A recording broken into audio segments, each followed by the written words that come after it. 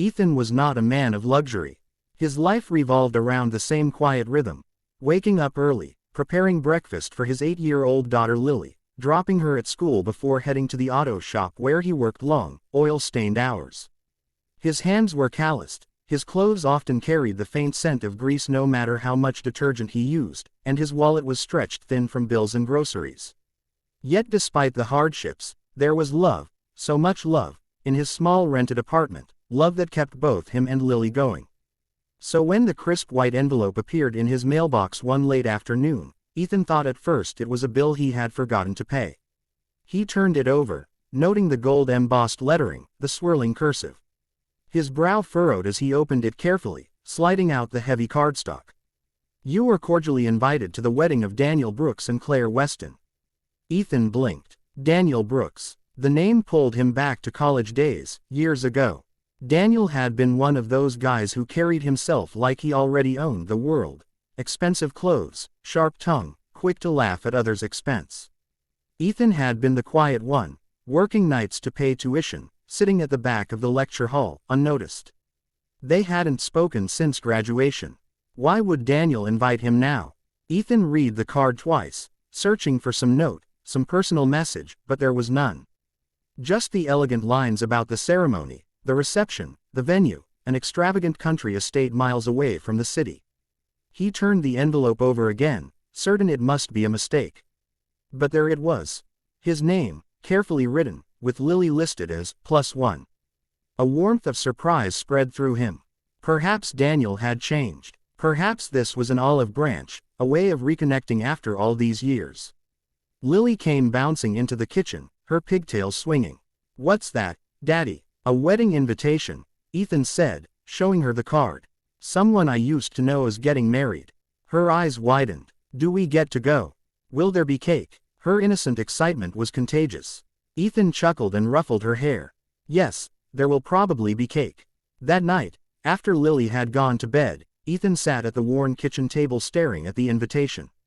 He thought about declining. He didn't belong in places like that, surrounded by people with money, fine clothes, and perfect smiles.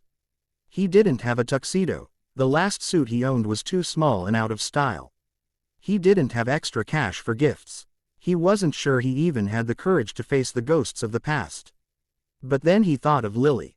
How her world was small. School, the apartment, the park down the street. How rarely she saw anything grand or new. Maybe this could be something magical for her, even if it wasn't for him. So Ethan decided. They would go. The next week was a blur of preparation. Ethan worked overtime at the shop, fixing an extra car here, taking a shift for a coworker there, just to scrape together enough for a modest suit. It wasn't custom tailored, it wasn't Armani, but it was clean, new, and when he tried it on in the mirror, Lily clapped her hands. You look like a prince, Daddy. She squealed. He laughed, though his heart tugged. More like a mechanic who borrowed a crown, he muttered under his breath. But he let Lily twirl in her new pale yellow dress, bought at a discount store but shining like sunshine against her brown curls. The day of the wedding arrived bright and clear, the kind of late spring afternoon where the air was warm but carried the faintest coolness, promising a beautiful evening. Ethan drove them both to the estate, his old pickup rattling embarrassingly as luxury cars passed by on the road. When they reached the venue, his breath caught. The estate was enormous. Stone walls, ivy climbing across archways, gardens blooming in colors he hadn't seen outside of magazines. Guests in tuxedos and flowing gowns strolled across the lawn, laughter carrying on the breeze. For a moment, Ethan's courage faltered. He tightened his grip on the steering wheel, wishing he could turn around. But then Lily's little voice piped up. It's like a castle, Daddy. Her eyes were glowing, her face pressed to the window. She didn't see the wealth or the judgment, only wonder. That was enough to steady Ethan's heart. They parked in the farthest corner, and Ethan took Lily's hand as they walked up the long path. Heads turned as they entered, whispers stirring among the guests. Ethan tried to ignore it, keeping his shoulders straight, his steps even. Lily waved happily at strangers, oblivious to the stares. Inside, the reception hall was dazzling. Crystal chandeliers, white tablecloths, gold cutlery. Waiters carried trays of champagne and hors d'oeuvres that Ethan couldn't pronounce. He felt out of place instantly, his suit suddenly too plain, his shoes too scuffed. But Lily's delight kept him moving. He spotted Daniel across the room, laughing loudly with a group of friends.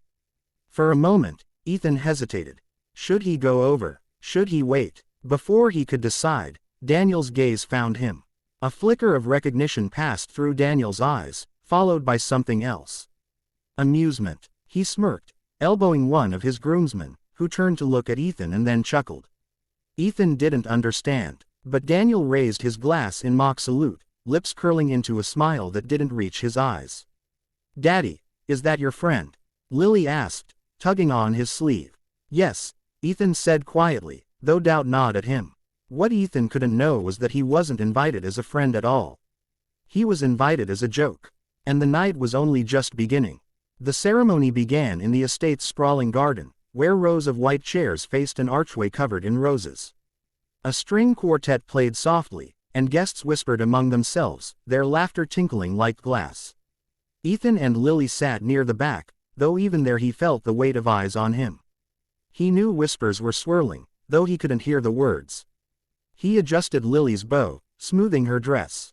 She beamed, unbothered, whispering, "It's like a fairy tale, Daddy." Ethan smiled, forcing himself to relax for her sake. "That's right, sweetheart, a fairy tale," but it didn't feel like one for him. It felt like he had wandered into a world where he didn't belong, an intruder in someone else's dream. His old classmates sat closer to the front, men in expensive suits, women in glittering gowns. He caught fragments of their conversations, vacations in Italy, new businesses, expensive cars. None of it had anything to do with his reality of overdue bills and secondhand furniture. When Daniel finally appeared, walking down the aisle with the confidence of a man who believed the world owed him admiration, the guests clapped and murmured in delight. Ethan studied him carefully, trying to reconcile the groom with the arrogant boy he'd once known.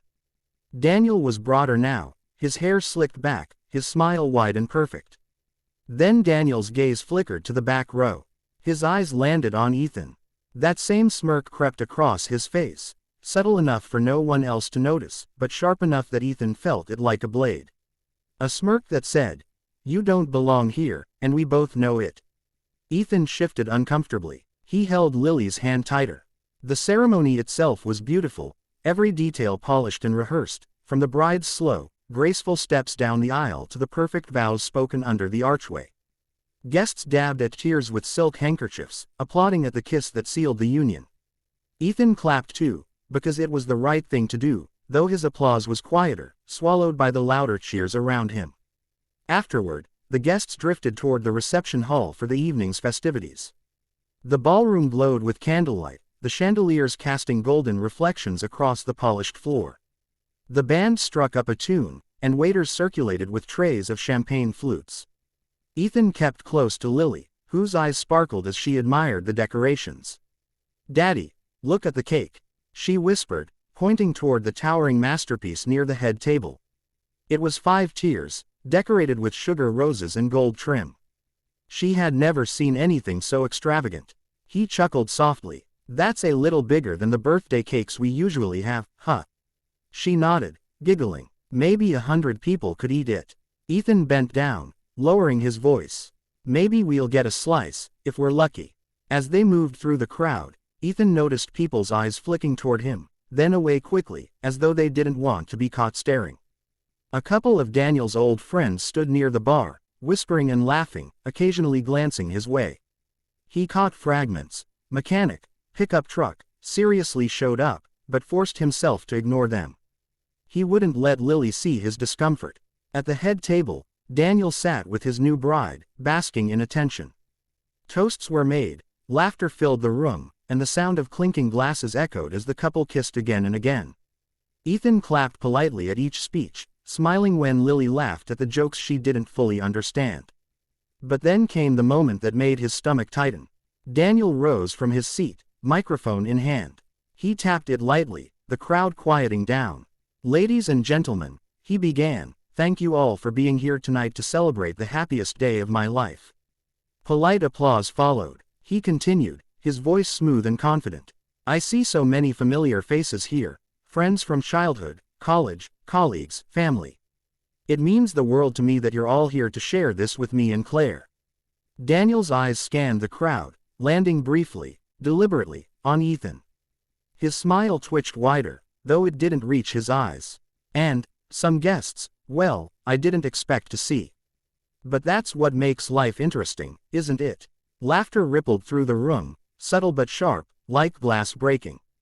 Ethan felt heat rise in his cheeks. He lowered his gaze, hoping Lily didn't understand the undertone. Daniel went on with his toast, raising his glass high. To love, to friendship, and to surprises, welcome or not. The crowd chuckled again. Glasses clinked. Ethan forced himself to raise his glass of sparkling water, pretending it was just another toast. But inside, he knew the truth. He wasn't welcome here. Yet Lily, still blissfully unaware, whispered, "Daddy, he saw us."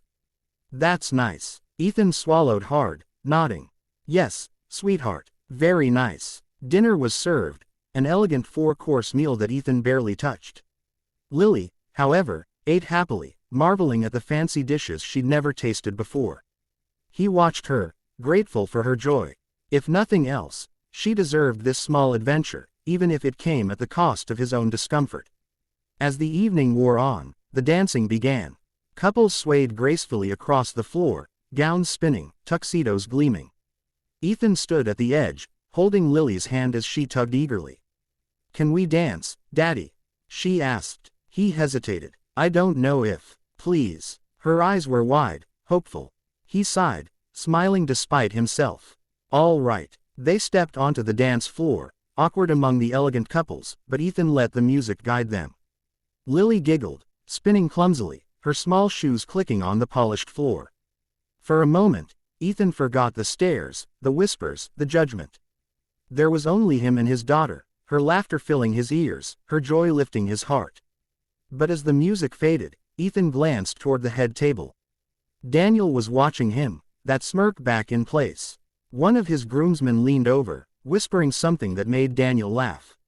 Ethan felt the sting, the humiliation creeping back. He realized then that his presence wasn't an accident. He wasn't here because Daniel valued their past or wanted to reconnect.